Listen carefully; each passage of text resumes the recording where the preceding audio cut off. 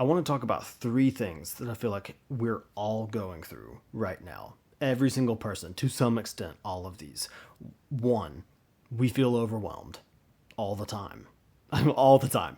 Two, we need wisdom and we often lack it. And three, sometimes we just need somebody's people around us who understand what it's like, what we're going through. We need community. My wife and I just brought our third child home recently, and we are feeling all three of those things at a maximum level. And now I know you might be watching or listening and you're ready to click away because you're like, okay, this is all about kids. Kids nowhere on my radar. I've already had them a long time ago, or I'm never going to have them. This doesn't apply to me. I promise you it does, because we all feel overwhelmed. We all need wisdom and we all need community. So this is for you too. But like I was saying, the overwhelm is crazy. Like even just in numbers alone. Okay, so we had two kids, now we have three. The whole man defense to zone defense switch that people like to talk about. It's real. It's real just on those numbers. And our oldest kid is 5, so we have all of our children 5 and under, and there's moments of chaos. I mean, it just is, and it's hard to figure out where peace is in those moments. And the one thing that I just keep going back to when I feel overwhelmed is knowing that no matter how overwhelmed I feel, God isn't. He's not. He never has been, and he never will be. It's never too much for him, even when it's too much for me. The Bible says in John 14:27, the peace that he gives is unlike any peace that you can find anywhere else in the world. And if you don't know him, that may sound utterly ridiculous, but I promise you, there is no other peace like it. And I draw on it constantly as a dad of 3. And there's so many things that are, we are so incredibly blessed. Our children are healthy. My wife and I have, been married 10 years, and we quote unquote, have what you're looking for with the house and the jobs and and all that kind of stuff, and that's great. But the overwhelm still happens. And it's still there. And there's the only thing, no matter what your circumstances are, compared to mine or not, and please don't compare to mine. But no matter the circumstances, the overwhelm is there. And no matter the overwhelm, he is above it. And he gives that peace. And that gift, like I said, it's right there in the Bible, talks about it being more than anything else. Peace unlike anything else you've ever experienced. And if you have not experienced his peace, I promise you it is for you. And it is an incredible blessing to just feel it sweep over you. Also, in Philippians chapter 4, I believe, it talks about with thanksgiving letting your requests be known to God in prayer. And that's the number one thing. I feel like right now that's the number one thing that I'm asking for, is that peace. So when I'm overwhelmed, I am in prayer, and I am drawing upon that peace that only he can give. In addition to that, when I'm overwhelmed, I want God. I want God to send people. I need others. I need community, and we'll get to that in a second. But the second thing that I want to talk about was we're at a moment right now where you need some wisdom. Okay, so if you've never brought a child home from the hospital, it is a unique experience, right? So there's no manual. I mean, you're there for a couple of days. My wife is able to recover enough to go home, and the baby passes, enough whatever tests, looking at, blood sugar and, all that kind of stuff, to make sure, they're the baby's good to go home as well. And then that's it. they ask you to bring a car seat up to the room, and you put the baby in the car seat, and then they walk you down to your car, and I guess liability purposes, they're required to hear that car seat click into the base in your car, and boom, they're like, see ya, cool. And as I remember back, especially with that first kid, it's like that is a moment where you're like, do I have what it takes? I really wonder, do I have what it takes to walk away from here and what's supposed to be done, whatever that means, whatever being a dad means. And seriously, you still feel that moment, like your third kid, you think, oh yeah, this guy's experienced, and I mean, it still hits, and it's not something that just comes or is completely spelled out for you, but I do promise a lot of it does come naturally. And you were born, for those of you who are moms and dads or want to be moms and dads, you are born for this. As crazy as that may sound, doesn't mean you have to be a biological parent, but I'm telling you, you were born to do it. And one of the reasons that I think that is the case, if I'm drawing upon that piece, and I'm looking to God for direction, and I'm leaning on my wife, and she's leaning on me, then we're gonna be good to go, and it's great. And I promise you, it gets there. But in those moments where I really do need, okay, what happens next? I don't even know what the next step is. And I'm not even just talking about kids at this point. The Bible says in James 1, verse 5, to ask our generous God. I'll just leave it at that. The verse, of course, goes on to say, other things. Please look it up. Please read it. See what it says. It's great. But you need wisdom? Ask our generous God. And he's ready to give it. I mean, and it comes through just in time with that peace. I feel when I'm talking to him daily, constantly, and throughout the day, I respond in wisdom in areas where I would absolutely have an opportunity not to. Great example was just tonight at the dinner table. And our oldest two kids were absolutely on a heater. I don't even know what. I really taking a step back, I can't even really tell you what was going on. But they were playing some kind of game together, and it was loud, and it came to the dinner table. And my wife was off taking care of the baby, so it's me and the two kids, and not a scenario that I'm unfamiliar with, totally familiar, but just one of those moments where it's like, I need something that I don't have right now, and I don't know why I don't have it, because oftentimes I do. I don't know what I'm missing, but I'm missing something. And just out of the blue, I hear my wife call back, tell the kids to come back to her.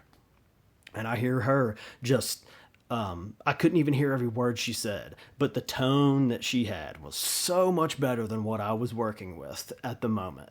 And she spelled it out for the kids. Like, look, we've got to, just, you've seen that before, right? Just bring it down a little bit. And she said way more than that, and it was far more eloquent, but that's the gist of it. And they came back and to the dinner table, and we were good to go.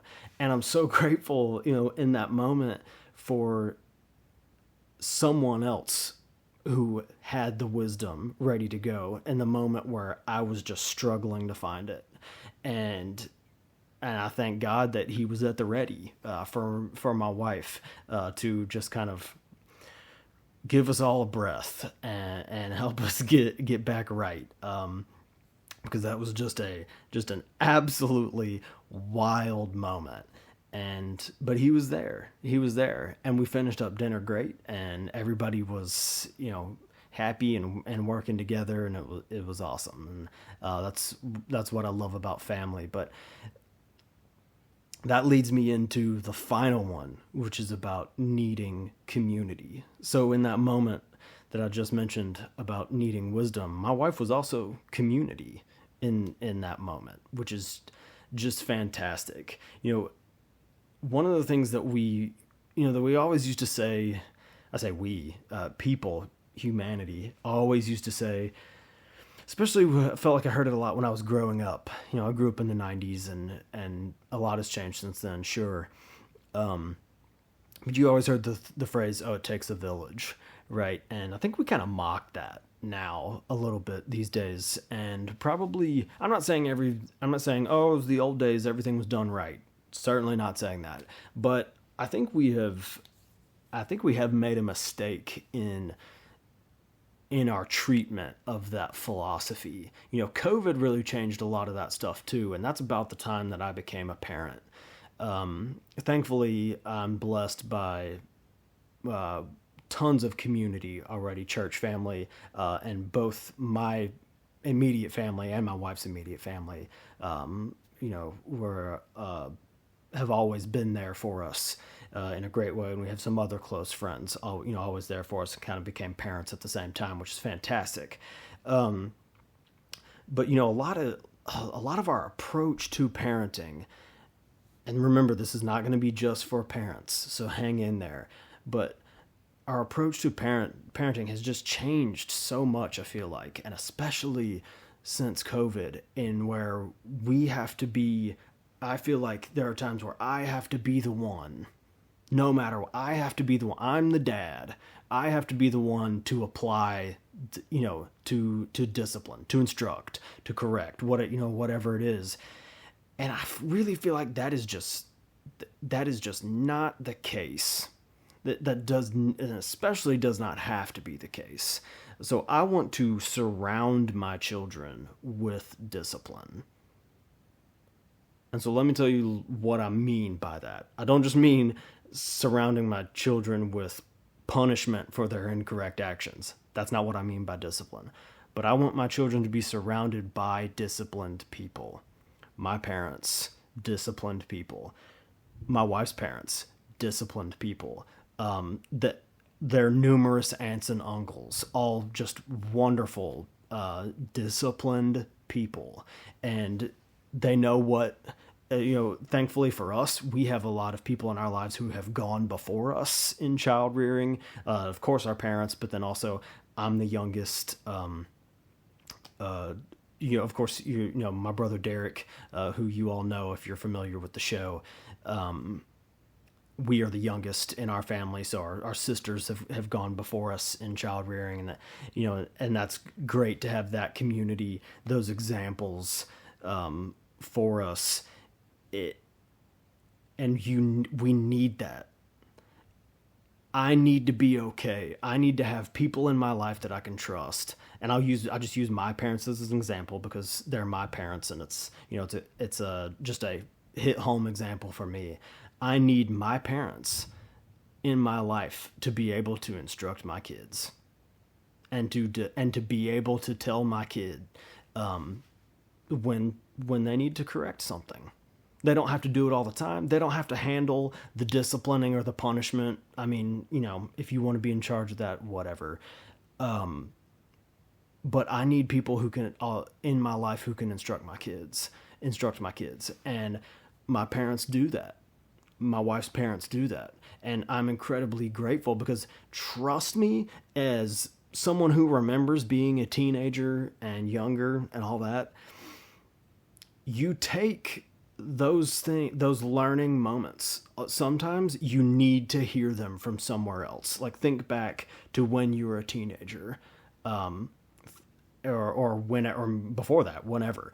And if you have maybe one of those memories, one of those moments where where you remember that you really took something to heart, and you probably wouldn't if it come from dad or mom. Now, that's not always the case, and my kids take things to heart that I say. So, and your kids will too, and so don't doubt that it can't be you. But there are times where it just needs to be someone else, and that's okay. And I think we need that, and we've kind of kicked that to the curb for whatever reason.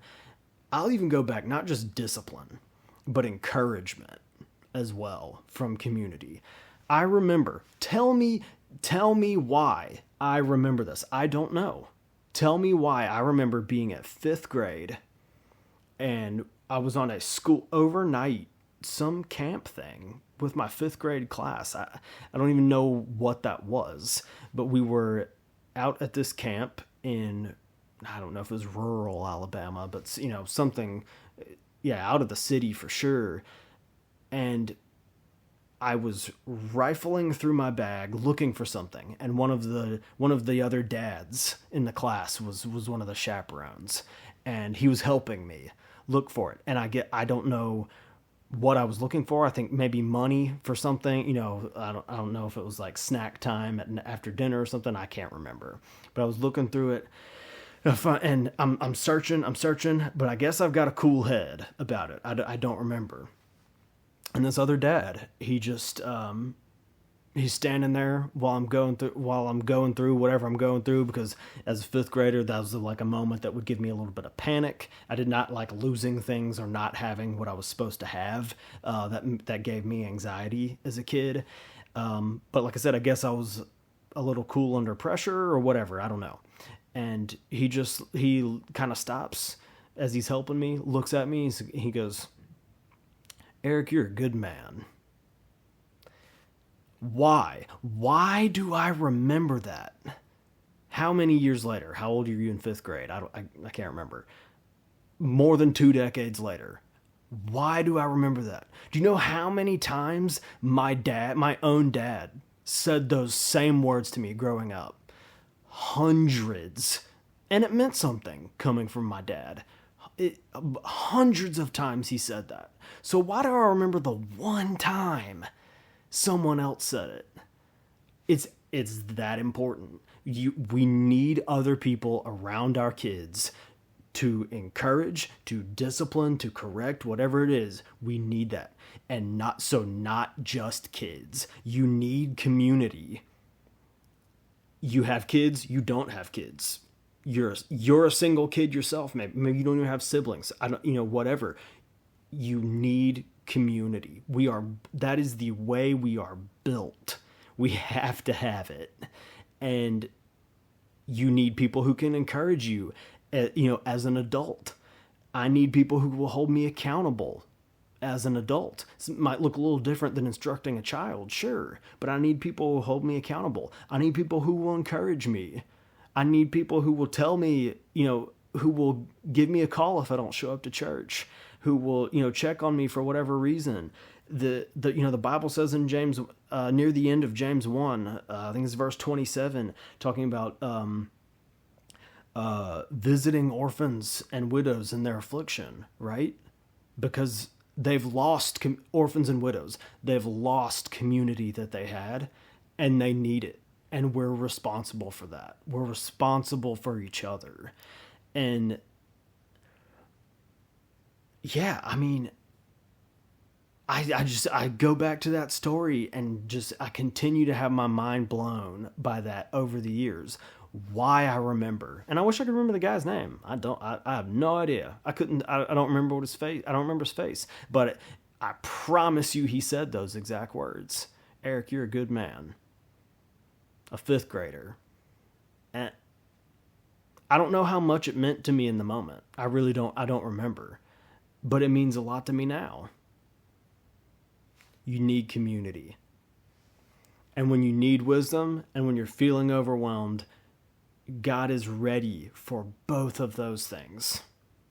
And if you need help building community, He's ready to help you build there too. That one might look a little bit harder or seem a little bit harder. That might be one that's going to require steps on your part, on our part. In my case, as I was talking about building community around my kids, part of that is on me, right? Now God will send and He'll bring people into our lives, but I've got to, execute on that, right? And make that sort of thing happen. But if you need wisdom, if you feel overwhelmed, God is there. And if you you still need those things. There are answers for that also in the community that God will help build around us. So, thank you for listening to this episode of Dad Mode. If you've made it this far in the video, please press those like and subscribe buttons wherever you're watching or listening. Thank you so much for being with us. This has been a bit of a unique episode compared to our standard format. But we'll be back at it. We've been absolutely crazy busy going on with things going on. I'm recording this while everyone else in my house is asleep, because we've got a new baby here. And my dad, Steve, who, if you're familiar with the show, you know him, is recovering from a pretty major surgery. Doing great, by the way, and you'll be seeing him pretty soon. But nonetheless recovering, and my twin brother Derek, who of course you're familiar with as well, out on vacation with the family, so super important there too. But so much going on, a unique episode today. Thank you for listening. Like I said, please hit those like and subscribe buttons if you are willing. It's been a pleasure to share some of these thoughts with you. We will see you in the next one.